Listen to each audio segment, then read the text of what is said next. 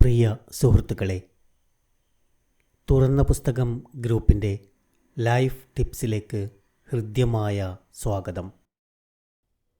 എനിക്ക് ഗുണം കിട്ടുന്ന പണിയെ ഞാൻ ചെയ്യൂ. ആരെന്ത് തത്വം പറഞ്ഞാലും ആദർശം പ്രസംഗിച്ചാലും നമ്മുടെ ഉള്ളിൻ്റെ ഉള്ളിൽ ഈയൊരു മോഹം കാണും. എനിക്ക് ഗുണം കിട്ടണം. എല്ലാ പ്രവൃത്തിയും അതിനു വേണ്ടിയാണ്, സ്വന്തം ഗുണത്തിന്. എന്നിട്ട് ഗുണം കിട്ടുന്നുണ്ടോ? കിട്ടുന്ന ഗുണം സമാധാനത്തോടെ അനുഭവിക്കാൻ പറ്റുന്നുണ്ടോ?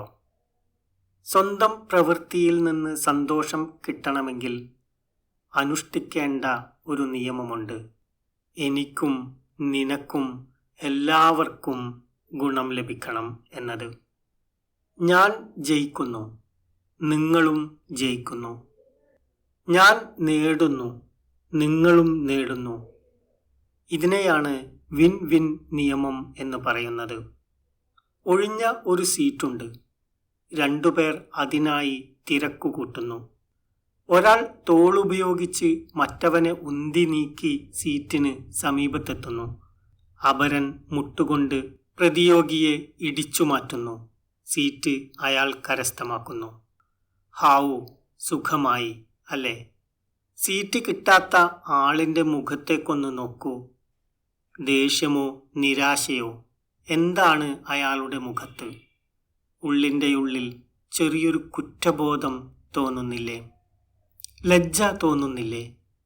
അയാളെ ഇടിച്ച് തെറിപ്പിച്ച് സീറ്റു നേടി ജയിച്ചിട്ടും മനസ്സിന് എന്തോ ഒരു അരുതായിക, ശരിയല്ലേ? രണ്ടുപേരും വിൻ വിൻ നിയമം അനുസരിച്ചാണ് പ്രവർത്തിക്കുന്നതെങ്കിലോ? സീറ്റിനരികിലെത്തുമ്പോൾ ഒരാൾ അപരനോട് ഇരുന്നു കൊള്ളാൻ പറയുന്നു.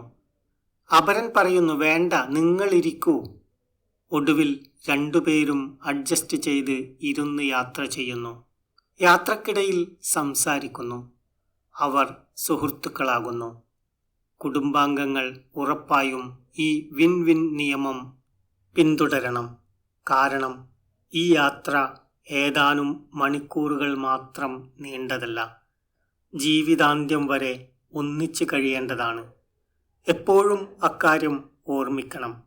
ഭാര്യ തോൽക്കാൻ ഭർത്താവ് ഒരിക്കലും സമ്മതിക്കരുത്.